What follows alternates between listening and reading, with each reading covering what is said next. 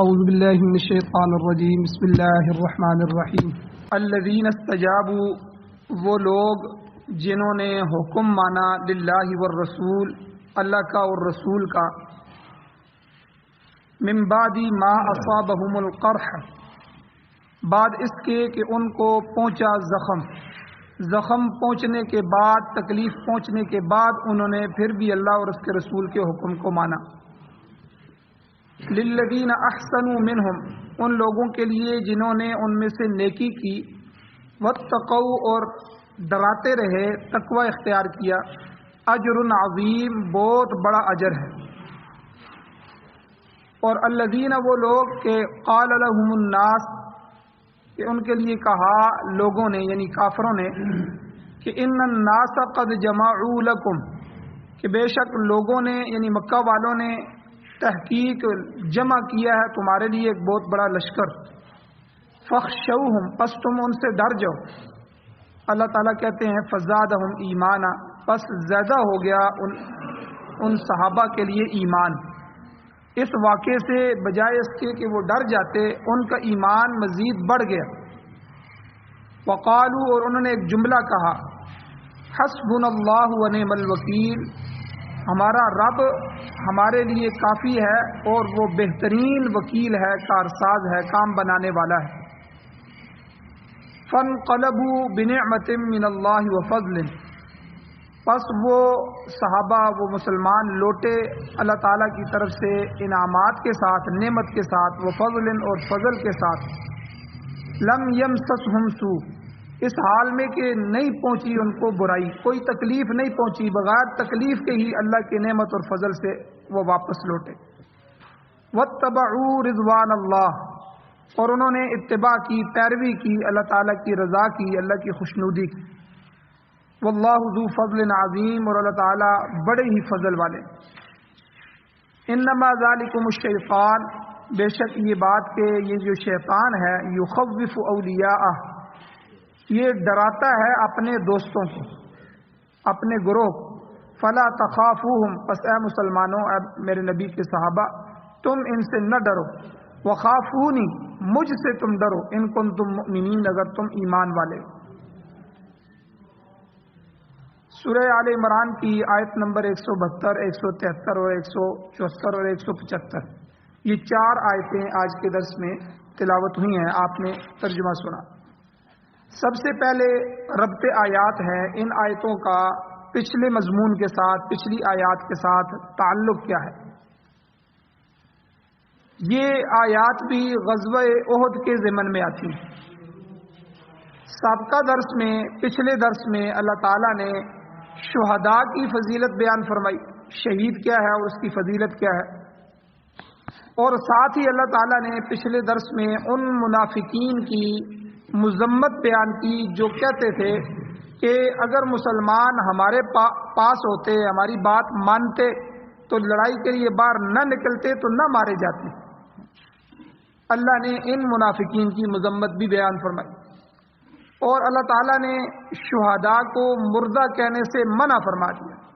بلکہ شہید کو اللہ تعالیٰ جو زندگی عطا فرماتے ہیں، جو حیات جاودانی اللہ تعالیٰ اس کو عطا فرماتے ہیں، اللہ نے اس کا ذکر فرمایا، اور ساتھ اللہ نے فرمایا کہ ان کا اتنا بلند مقام ہے شہداء کا کہ اللہ کے ہاں عند ربہم یرزقون، کہ وہ اپنے رب کے پاس روزی حاصل کر رہے ہیں، ان کو رزق دیا جاتا ہے،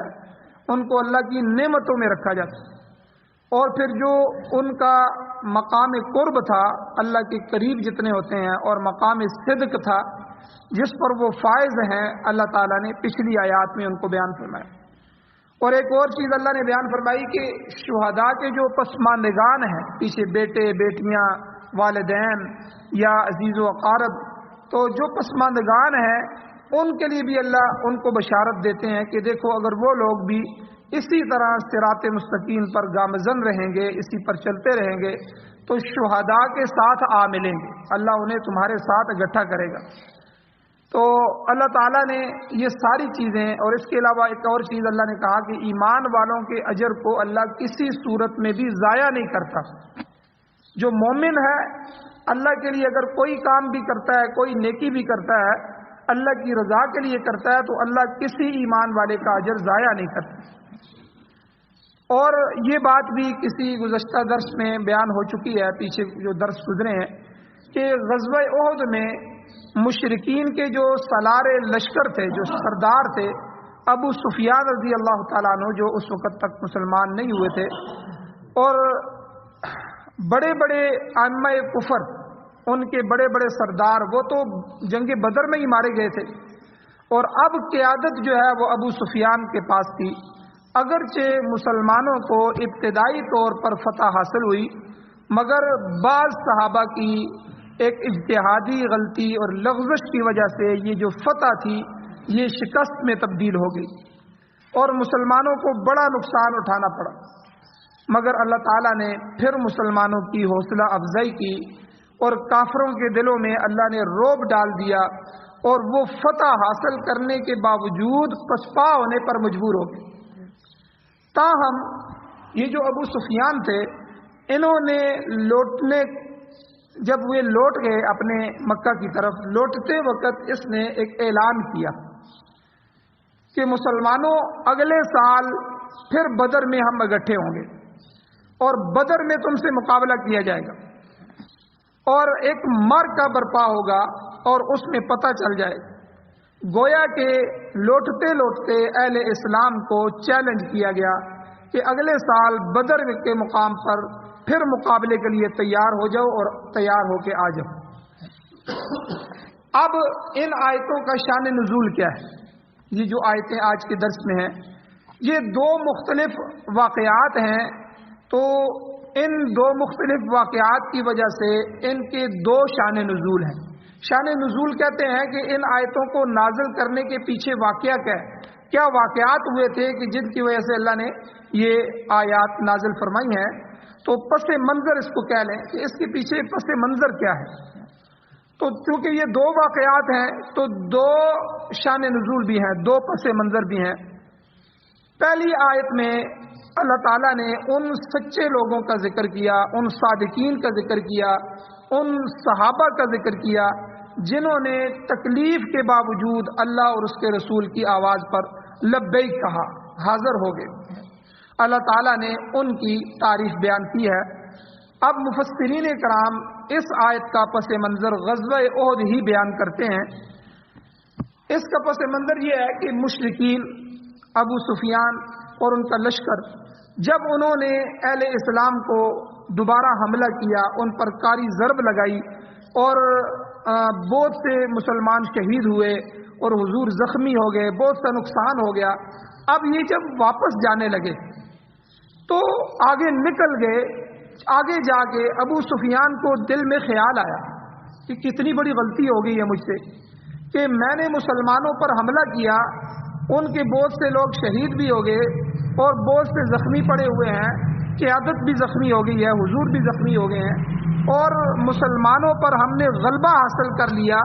اس کے باوجود نہ ہم نے ان کے کوئی قیدی بنائے ہیں، نہ ہم نے کوئی مفاد حاصل کیا ہے۔ کم از کم ان کے لشکر کو لوٹ لیتے، مال غنیمت ہمیں مل جاتا،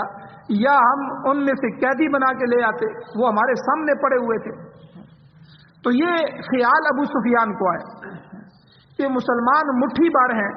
تو چلو اب اس طرح کرتے ہیں، یہاں سے پھر واپس جاتے ہیں، پلٹ کر مسلمانوں کا صفایا کر دیتے ہیں، ان کو صاف کرتے ہیں، یہ موقع اچھا ہے، کتنی بے وقوفی ہم سے ہو گئی ہے کہ ہم انہیں اسی طرح چھوڑ کے آگے۔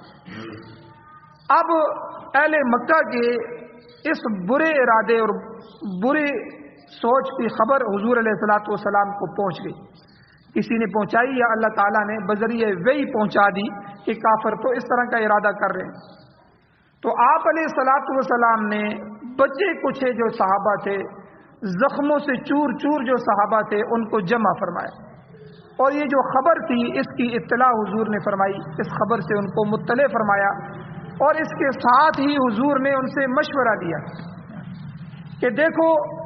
اب مشرکین ارادہ کر رہے ہیں، یہاں سے وہ چلے گئے ہیں اور رستے میں سے وہ واپس آنے کا ارادہ کر رہے ہیں،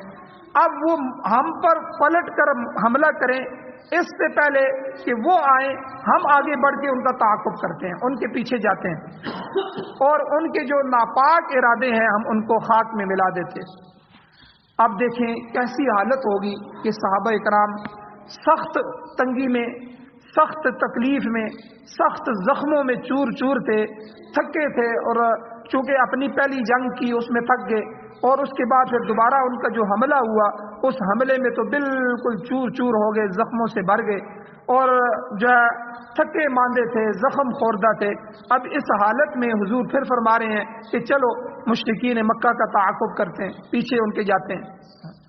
اب ہمارے جیسے لوگ ہوتے تو 100 تعویلیں کرتے، لیکن صحابہ تھے، انہوں نے حضور علیہ الصلوۃ والسلام کی آواز پر لبیک کہا اور کہا حضور جیسے آپ فرمائیں گے۔ تو حضور علیہ الصلوۃ والسلام ان صحابہ کو لے کر مشرکین کے تعاقب میں نکل کھڑے ہوئے، اور مدینہ طیبہ سے حضور جو ہیں تقریباً 8 میل دور حمراء الاسد جو ہے اس مقام تک کفار کے پیچھے گئے۔ اب مشرکین کو علم ہو گیا، ان کو پتہ چل گیا کہ مسلمان بجائے اس کے کہ ہم سوچ رہے ہیں کہ ہم سے کتنا جو ہے نقصان ہو گیا کہ ہم نے ان پر حملہ کیا، ان کو شکست بھی دی، زخمی بھی کر دیا، ہمارے سامنے تھے، نہ ہم نے مال لوٹا، نہ ہم نے ان کو قیدی بنایا، تو اب ہم ان پر حملہ کرنے کی دوبارہ سوچ رہے، تو یہ کیا ہو گیا کہ حضور جو ہیں وہ سب صحابہ کو لے کر ہمارے پیچھے آ گئے۔ تو اللہ تعالیٰ نے ان کے دل میں جو ہے صحابہ کا اور حضور کا، مسلمانوں کا رعب ڈال دیا۔ یہ کیا ہو گیا؟ یہ تو اور حضور علیہ السلام واقعی ان کو پتہ چلی خبر کہ وہ تو پیچھے آ رہے ہیں، اور حمراء الاسد یہ مقام تھا، یہ مدینہ سے 8 میل دور ہے، تقریباً 9-10 کلومیٹر بن جاتا ہے۔ حضور اتنا اپنے لشکر کو لے کر وہاں گئے۔ اب بہرحال اسی میں انہوں نے خیر منائی کہ ہمیں پسپا ہونا چاہیے، اب وہ بھاگ گئے اور مکہ پہنچ گئے، اور اس طرح دونوں لشکروں کی دوبارہ مڈ بھیڑ اور لڑائی نہ ہو سکی۔ اور پھر یہ نہیں کہ حضور علیہ السلام وہاں پہنچے اور وہاں پہنچ کے نکل گئے، بلکہ حضور علیہ السلام نے حمراء الاسد جو تھی وہ جو جگہ، اس میں 3 دن ڈیرے ڈالے رکھے، 3 دن اپنے لشکر کو وہاں ٹھہرایا۔ تو یاد رکھیں کہ اللہ کے نبی جو ہوتے ہیں، اللہ کے پیغمبر ہوتے ہیں، وہ سب سے زیادہ بہادر ہوتے ہیں۔ اللہ نے ان کے دل میں خوف نہیں رکھا ہوتا، انہوں نے چونکہ پوری قوم کو چلانا ہوتا ہے، پورے قوم کے رہبر مقتدا ہوتے ہیں، اس لیے ان کی صفات بھی اعلیٰ ہوتی ہیں۔ تو حضور علیہ السلام اپنے بچے کچے لشکر کو، زخمی لشکر کو لے کر گئے، اور بہادری دیکھیں کہ وہاں جس جگہ ٹھہرے وہاں 3 دن حضور ٹھہرے رہے۔ اب 3 دن میں کیا ہوا کہ وہاں تجارت بھی ہوئی، لین دین ہوا، اس میں بہت سا منافع بھی حاصل ہوا، پھر باعزت طریقے سے حضور مدینہ لوٹ آئے۔ تو پہلی آیت میں اللہ تعالیٰ اسی بات کی طرف اشارہ کر رہے ہیں کہ زخم خوردہ اہل ایمان نے نبی علیہ السلام کے حکم کو بصر و چشم قبول کیا اور آپ علیہ الصلوۃ والسلام کے حکم کی تعمیل کی۔ دوسری آیت دوسرے واقعے کی طرف اشارہ کرتی ہے۔ اس دوسری آیت کا پس منظر کیا ہے؟ وہ 4 ہجری کا واقعہ ہے۔ یعنی ابھی میں نے بتایا ہے کہ اسی عہد کے موقع پر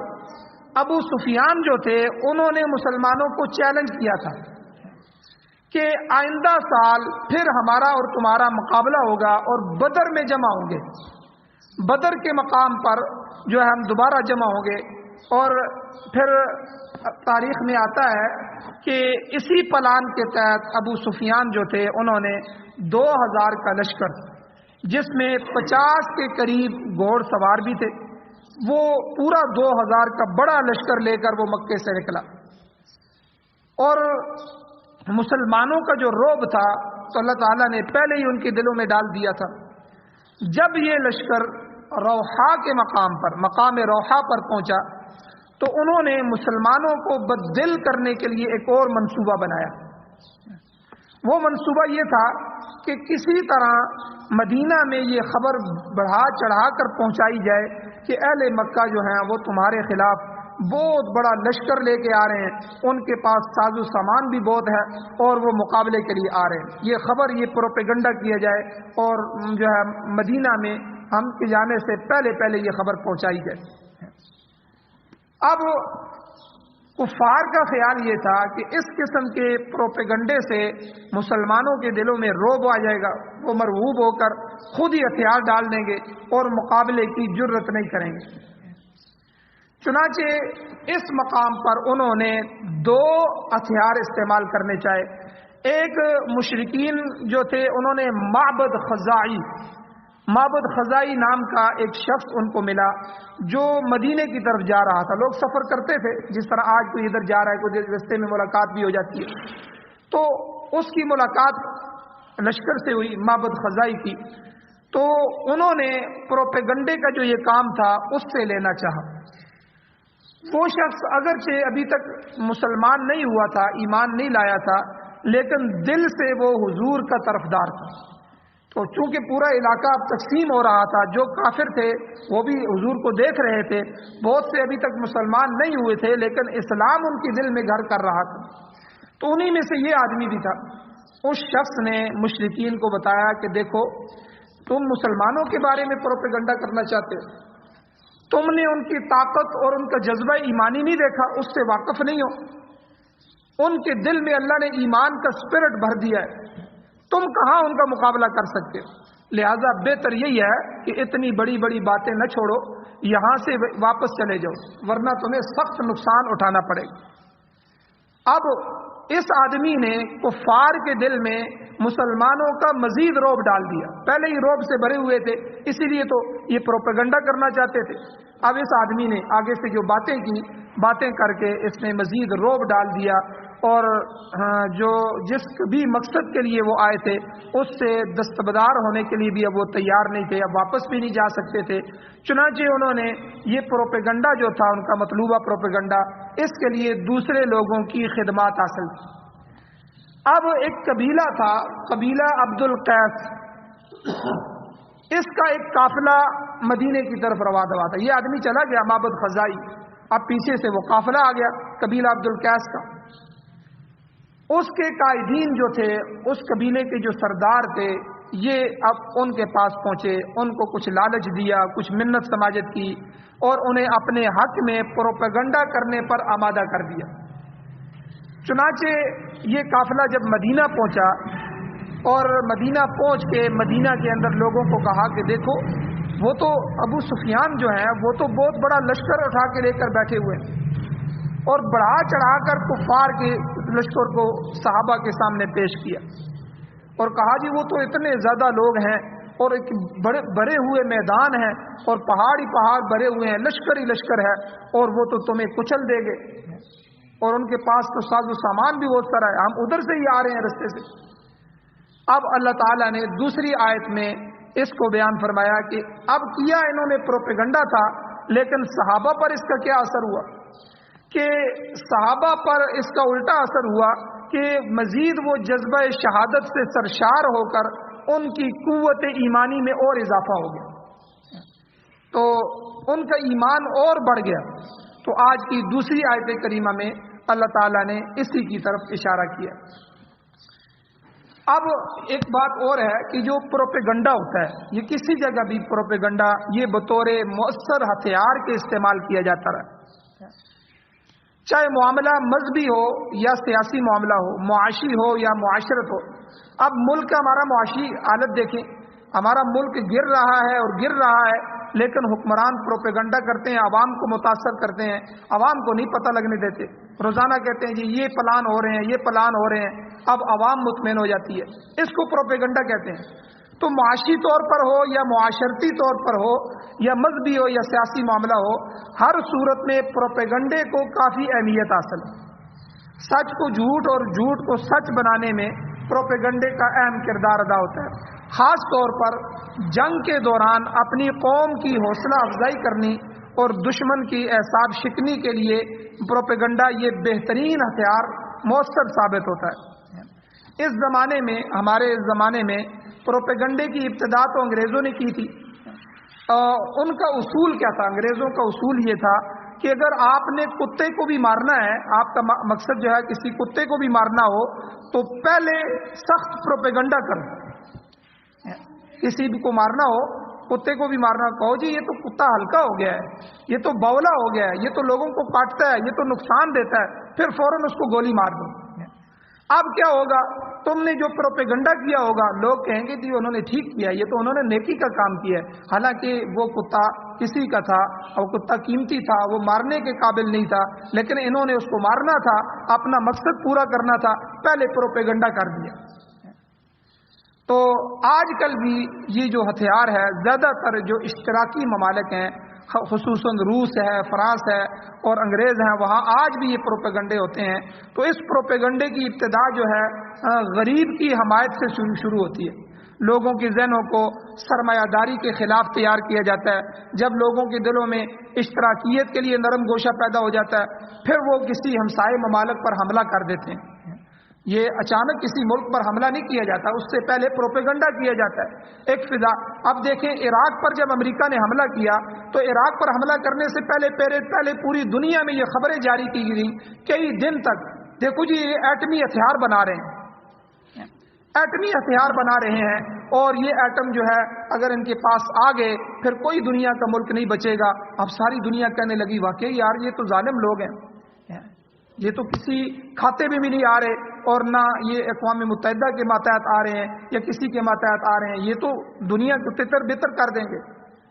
پھر انہوں نے عراق پر حملہ کیا، 22 لاکھ لوگ ان کے مار دیے، اور جو ہے بے شمار نقصان کیا، ہنستا بستا ملک انہوں نے توڑ دیا۔ لیکن بعد میں انہی کے ماہرین جب گئے، ماہرین نے دیکھا کہ ان کے پاس کوئی ایٹم کا کوئی چیز نہیں تھی، کوئی ہتھیار برآمد نہیں ہوئے، کوئی معاملہ ایسا نہیں تھا، اور یہ خبریں پوری دنیا میں پھر آئیں۔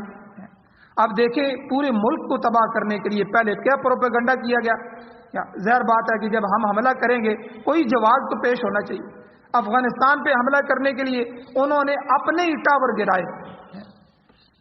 وہ بڑی بڑی جو ان کی بلڈنگیں تھیں ان کو ٹاور گرائے، اپنے لوگ مارے۔ جب اپنے لوگ مر گئے تو لوگوں کے دلوں میں جذبہ پیدا ہوا، فوراً بش سامنے آ گیا، اس نے کہا کہ دیکھو وہ افغانستان میں القاعدہ اور دوسرے لوگ بیٹھے ہوئے ہیں، انہوں نے آ کر ہمارے ساتھ یہ کیا ہے، اب میں پوری دنیا کو کہتا ہوں ہم جنگ شروع کر رہے ہیں، یہ صلیبی جنگیں ہیں، اب ہم نے اسلام کو ختم کرنا ہے، اب ہمارے ساتھ ہو جائے۔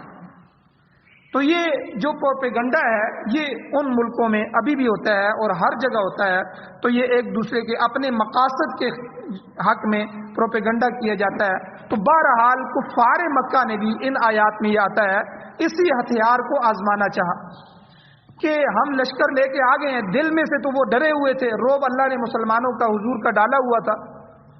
اب کہا کہ ہم پروپیگنڈا یہ کرتے ہیں کہ یہاں سے کوئی قافلہ جائے، ہم سے ہٹ کے کوئی بندے ہوں، کوئی دوسرا قبیلہ ہو، وہ جا کے ہمارے لشکر کی تعریف کرے اور ہمیں بڑھا چڑھا کے بیان کرے تاکہ وہ ہتھیار ڈال دیں، اور جو ہے اسی طرح ہوتا ہے۔ کہتے ہیں اب افغانستان میں جب امریکہ آ رہا تھا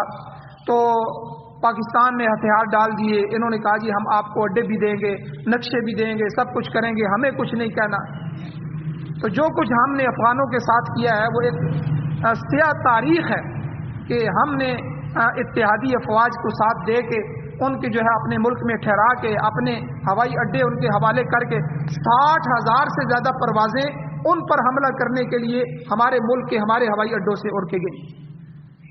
اور اس کے علاوہ جو کچھ ہم نے ان کے ساتھ تعاون کیا افغان کو تباہ کرنے کے لیے اور طالبان کے خلاف، مسلمانوں کے خلاف، یہ ہماری قومی تاریخ، ہمارے قومی ماتھے پر جو ہے ایک سیاہ تاریخ ہے۔ 100 سال کے بعد آنے والا نوجوان جب ہماری تاریخ پڑھے گا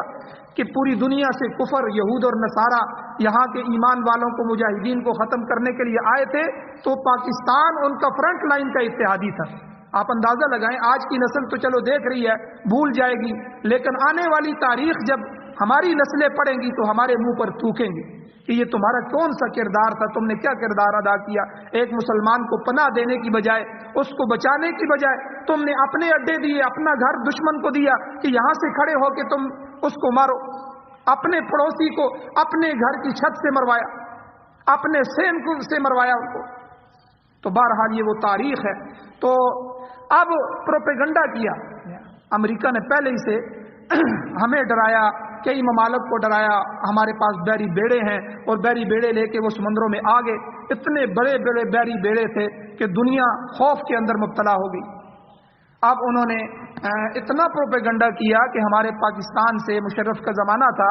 اس نے 22 رکنی علماء کی کمیٹی، بڑے بڑے جید علماء اس میں موجود تھے، وہ بھیجے کہ جاؤ ان ملا عمر صاحب کو اور ان لوگوں کو سمجھاؤ کہ یہ تم کیا کر رہے ہو، یہ تو طوفان آ رہا ہے، ہم نے تو اپنے سر کو نیچے کر لیا ہے، تم کیا کر رہے ہو۔ تو ملا عمر صاحب اللہ جل شانہ ان کے درجات کو بلند فرمائے، اللہ جل شانہ انہیں جنت الفردوس نصیب فرمائے، پورے اسلام کو، پوری دنیا میں اسلام کو بچایا، اسلام کو روشن کیا۔ پوری دنیا کا کوئی اسلامی ملک ایسا نہیں تھا کہ جس کے اندر قوت ایمانی، جذبہ جہاد اور ان کی طاقت اپنی جو ہے وہ شو کرتے اور مسلمان کو بچاتے اور اسلام کو داغدار ہونے سے بچاتے۔ انہوں نے کہا کہ یہ کون سی بات ہے، اللہ تعالیٰ نے ہمیں ایمان کی طاقت دی ہے، ایمان کی طاقت سے بڑی طاقت کون ہے؟ اللہ نے قرآن میں فرمایا وَأَنْتُمُ الْأَعْلَوْنَ إِن كُنتُم مُؤْمِنِينَ، اگر تم ایمان والے ہوگے تو میرا تم سے وعدہ ہے کہ میں تمہیں سر بلند کروں گا، تمہیں میں بلندیاں عطا کروں گا۔ یہ تو اللہ نے ہم سے وعدہ کیا، ہم ایمان والے ہیں اور دنیا دیکھے گی کہ ہم ایمان کے ساتھ ان سے ٹکرائیں گے اور اللہ ان کو پاش پاش کرے گا۔ اب یہ بات اس وقت کے ماہرین کو، تجزیہ نگاروں کو، تبصرہ کرنے والوں کو سمجھ نہیں آتی تھی، وہ کہتے ہیں یہ بے وقوف لوگ ہیں، یہ پاگل لوگ ہیں۔ پھر دنیا نے دیکھا کہ ان پر حملہ ہوا، ان کو تتر بتر کیا گیا، شہادتیں ہوئیں، کیوبا کی جیلیں ان سے بھری گئیں دنیا بھر میں جو ہے، لیکن پھر وہ متحد ہوئے، پھر وہ آہستہ آہستہ انہوں نے گوریلا جنگ شروع کی، کرتے کرتے کرتے پہلے جو ہے وہ گرمیوں میں حملے ہوتے تھے ان پر، پھر سردیاں بھی شروع ہو گئی، پھر دن رات کے حملے شروع ہو گئے، پھر ایک وقت 21-22 سال کے بعد وہ آیا کہ وہی طاقتیں جو ہے آپس میں ایک دوسرے کو چھوڑ کر جانے لگی۔ آسٹریلیا بھی 2012 سے ہی نکل گیا، پھر فرانس نکل گیا، پھر دوسرے ممالک آہستہ آہستہ کر کے اس اتحاد کو چھوڑنے لگے، یہاں تک کہ امریکہ اور برطانیہ چند ممالک کے ساتھ اکیلے رہ گئے۔ اور حالت ان کی کیا ہو گئی، دنیا نے دیکھا کہ آخر میں انہوں نے منت کی، کبھی ایک ملک کو ڈال رہے ہیں، کبھی جو ہے چھوٹے چھوٹے ملکوں کو ڈال رہے ہیں، ہماری ان سے جو ہے بات چیت کرواؤ۔ قطر کیا ہے، قطر کا دنیا میں ایک چھوٹا سا ملک ہے، ایک چھوٹا سا حصہ ہے، اس نے مذاکرات کروائے اور پھر وہاں جا کے جو ہے ان لوگوں کی جان چھوٹی اور وہ اپنی بچی کچھ ہی فوجیں لے کر وہاں سے فرار ہوئے۔ تو اللہ تعالیٰ نے ایمان کی طاقت سے، اب صحابہ بے شک تھوڑے تھے، اب مشرکین مکہ نے جب یہ پروپیگنڈا کیا تو اللہ تعالیٰ خود ان آیات میں فرماتے ہیں کہ بجائے اس کے کہ مسلمانوں پر رعب پیدا ہوتا، ان کے ایمان اور مضبوط ہو گئے کہ اللہ اور اس کے رسول ہمارے ساتھ ہیں، ہم جنگ کریں گے، یہ کون سی بات ہے، اللہ ہمیں فتح دیں گے۔ تو اللہ تعالیٰ نے پھر صحابہ کو فتح عطا فرمائی۔ آگے پھر کیا واقعات ہوئے تھے، تو اسلامی لشکر بھی وہاں سے آیا تھا، تو اس کے بعد کیا ہوا انشاءاللہ کل کے درس میں بیان کیا جائے گا۔ اللہ تعالیٰ سے دعا ہے اللہ تعالیٰ ہمیں عمل کی توفیق عطا فرمائے، آمین۔ الحمدللہ رب العالمین والعاقبۃ للمتقین والصلاۃ والسلام علی رسولہ النبی الامی الکریم۔ اللهم ربنا آتنا فی الدنیا حسنۃ وفی الآخرۃ حسنۃ وقنا عذاب النار۔ یا اللہ ہماری کمیوں کوتاہیوں کو معاف فرمائیے، یا اللہ درگزر فرمائیے، صغیرہ کبیرہ گناہوں کو معاف فرمائیے۔ یا اللہ قرآن و سنت کو سننے، سمجھنے، پڑھنے، پڑھانے، عمل کرنے اور اس کی اشاعت کرنے کی توفیق عطا فرمائیے۔ یا اللہ قرآن و سنت کو ہماری زندگی بنا دیجیے۔ یا اللہ ہماری نسلوں میں قرآن کے حافظ، قاری، عالم، مفتی، مجاہد، غازی، شہید اور دین کے داعی پیدا فرمائے۔ یا اللہ پاکستان سمیت پوری دنیا میں قرآن و سنت کا نظام ہمیں نصیب فرمائیے، خلافت راشدہ اور اسلامی امارت کا نظام نصیب فرمائیے۔ یا اللہ قرآن و سنت کو بطور آئین، بطور دستور، بطور ضابطۂ حیات ہمیں نصیب فرمائیے۔ یا اللہ جو حضرات پریشان حال ہیں ان کی پریشانیوں کو دور فرمائیے، جو بیمار ہیں ان کی شفا عطا فرمائیے۔ یا اللہ جو ایمان کی حالت سے اس دنیا سے جا چکے ہیں یا اللہ ہم سب کی بخشش فرمائیے۔ ہمارے ایک بہت ہی قریبی دوست، ہر دل عزیز دوست پچھلے دنوں ایک موٹر سائیکل حادثے میں شہید ہو گئے، ان کے لیے دعا فرمائیں، اللہ تعالیٰ ان کی مغفرت فرمائے، اللہ تعالیٰ بال بال مغفرت فرمائے، اللہ تعالیٰ جنت الفردوس نصیب فرمائے، جنت کے مزید رفع درجات نصیب فرمائے، اللہ تعالیٰ ان کے لواحقین کو، پسماندگان کو صبر جمیل عطا فرمائے۔ صلی اللہ تعالیٰ علی خیر خلقہ محمد وآلہ وصحبہ اجمعین برحمتک یا ارحم۔